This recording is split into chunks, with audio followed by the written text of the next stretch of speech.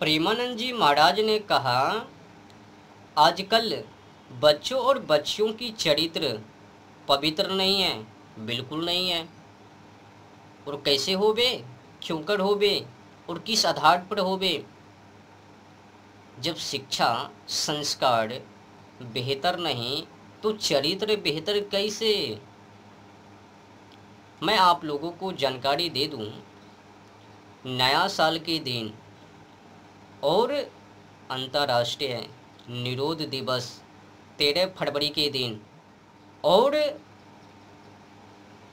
Valentine day 14 फरवरी के दिन, ये बताओ, ये जो दिन है 1 जनवरी, 13 फरवरी, 14 फरवरी, इस दिन सबसे अधिक क्या होता है? क्या पता है?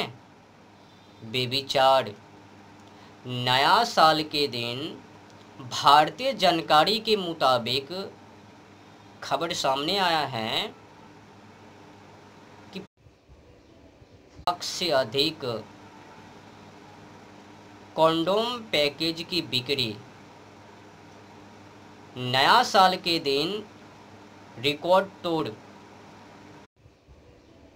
अधिक कॉन्डोम पैकेज की बिक्री। अब एक पैकेज में कितने होवे वो तो मेरे को पता नहीं है। अब जो भी होवे, तो ऐसे ही अंदाज़ा लगा लेता हूँ।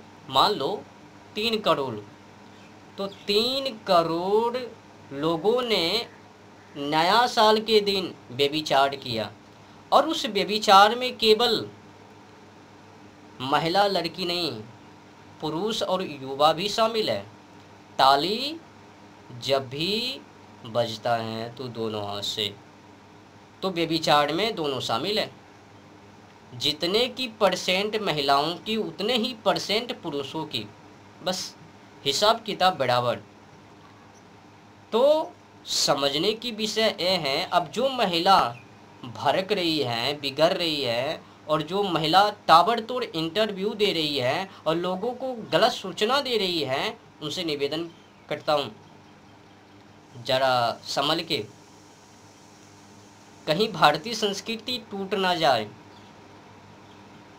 और व्यभिचार को बढ़ावा देने से पहले, छोटी छोटी कपड़े को बढ़ावा देने से पहले समस्याओं को समझो। आप समाज में घूमती नहीं हो, जगह जगह पे जाओ, कॉलेज स्कूल के बगल में जाओ, देखो छुट्टी के समय, लंच के समय, जब पढ़ाई उस समय जाओ ना, देखो ना। अगर पार्किंग है, शॉपिंग है बगल में, कॉलेज के बगल में, तो देख लेना वहाँ पर लड़का लड़की दोनों किस तरह से हरकतें। और तो सुनो, अभी कंडोम की बात विषय है ना, तो नया साल के दिन जब कॉन्डोम पैकेज की बिक्री तो रिकॉर्ड। अब जो महिला बोल रही है कि इक्का दुक्का महिला वो सब बेविचार, तो ये सब करोड़ों करोड़ कहाँ से आती है और कहाँ चले जाती है? मतलब ऊपर से सुंदर और नीचे से, बात बंद करो, कहने की कोई ज़रूरत नहीं है, नहीं तो उल्टी पड़ जावे।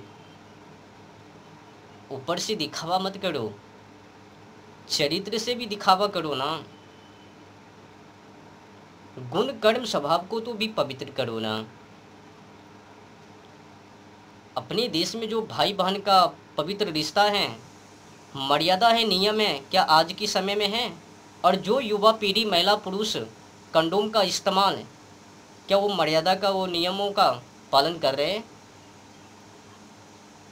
विदेशी कंपनी को क्या जाता, उसने तो आकर प्रचार कर दिया कि पति पत्नी में कुछ भी करो, बॉयफ्रेंड गर्लफ्रेंड में कुछ भी करो,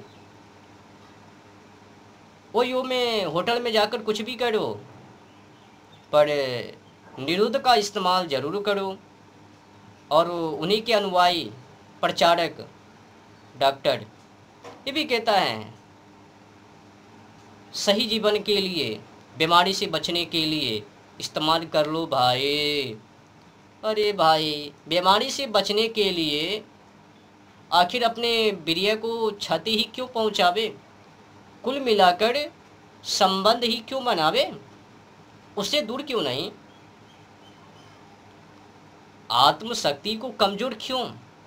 विदेशी कंपनी को तो पैसा कमाना है, तो पैसा कमाने के लिए कुछ भी प्रचार। तो क्या तुम भी कुछ भी प्रचार करोगे? विदेशी जो कंपनी है जिसने अपने देश में आकर धंधा खोला है कंडोम का, उन लोगों का मूल मकसद भारतीय संस्कृति को नष्ट करना और विदेशी संस्कृति को भारत में प्रचार करना, वर्चस्व बढ़ाना, और बढ़ा रहे हैं। और हम लोग आइसक्रीम वाले भैया के पास जाकर आइसक्रीम खा रहे हैं और वे लोग अपने देश में आकर ताबड़तोड़ अंधाधुंध प्रचार कर रहे हैं और भारतीय संस्कृति को दबा करके वो अपने संस्कृति को वर्चस्व बढ़ा रहे हैं। महिलाओं को क्या जाता, क्या बताओ। और तो सुनो, अब जो प्रेम दिवस के दिन 14 फरवरी वैलेंटाइन डे, उस दिन कुछ वर्षों पीछे पहले उसमें क्या करता था लड़का लड़की, महिला पुरुष फूल देता था एक दूसरे को, लो टू पैन, रोज डे, प्रोमिस डे में अंगूठी, जो भी पागलपन की कहानी वो सब दिया जाता था। अब क्या प्रेम दिवस के दिन मने 14 फरवरी वैलेंटाइन डे के दिन अब कंडोम देता है हाथों में। अब समझो संस्कृति किस दिशा की ओर है और ये महिलाओं को समझ में क्यों नहीं आती है। अब लड़कियां या फिर लड़का या फिर महिला या फिर पुरुष पवित्र में 22.5 और अपवित्र में आगे वास, समझने की विषय है। और तो सुनो, अगर अधिक जानकारी लेने की कोशिश तो इंस्टाग्राम को खोलो, फेसबुक को खोलो और यूट्यूब को खोलो, वहाँ पर जाकर देखो छोटी छोटी कपड़े में, जब उस छोटी कपड़े की हालात में वायरल नहीं तो कपड़े को उतार कर। और तो सुनो, क्या अपने देश में पोर्न वीडियो नहीं, अश्लील वीडियो नहीं? अगर है तो क्या उनको देखता नहीं? अगर देखता है तो क्या वो व्यभिचार करता नहीं? तो कुल मिलाकर मेरे कहने का भाव ये है कि प्रेमानंद जी महाराज ने जो भी बोला, खास करके लड़का लड़की के ऊपर 4 होटलों की खाने की पड़ी है, 4 पुरुषों से मिलने की पड़ी है और 4 महिलाओं से पुरुषों को मिलने की जो आदत है, पूरा तो सुन लो क्या बोला, एक बार मैं दोहरा देता हूँ पूरा।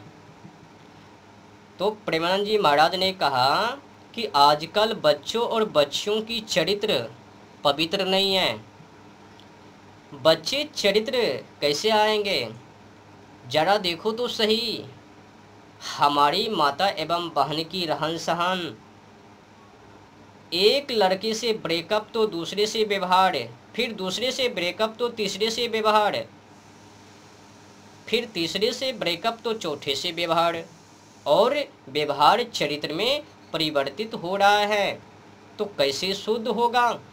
मान लो हमें 4 होटलों की भोजन खाने की जमा आदत पड़ गई है, तो घर की रसोई भोजन खाने में अच्छा नहीं लगेगा। जब 4 पुरुष से मिलने की आदत पड़ गई है तो एक पति की स्वीकार करने की उसमें हिम्मत नहीं रह गई है।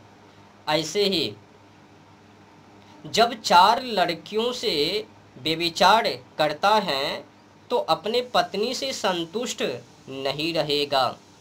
ये पुरुषों के लिए, पहले महिला फिर पुरुष। तो उसे चार लड़कियों से व्यभिचार करना ही पड़ेगा उसने, क्योंकि उसने आदत बना ली है ना। तो हमारी आदतें खराब हो रही हैं, हमारी बच्चों की आदतें आजकल तो मोबाइल चल गया है ना, तो गंदी बातें चल गई हैं।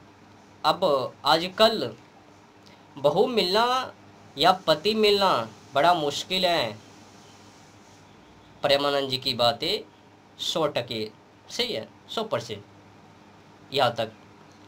फिर आगे जो उसने प्रवचन किया कि 100 में से कोई 2-4 कन्या ऐसी होगी जो अपना पवित्र जीवन रखकर किसी पुरुष को समर्पित होती होगी।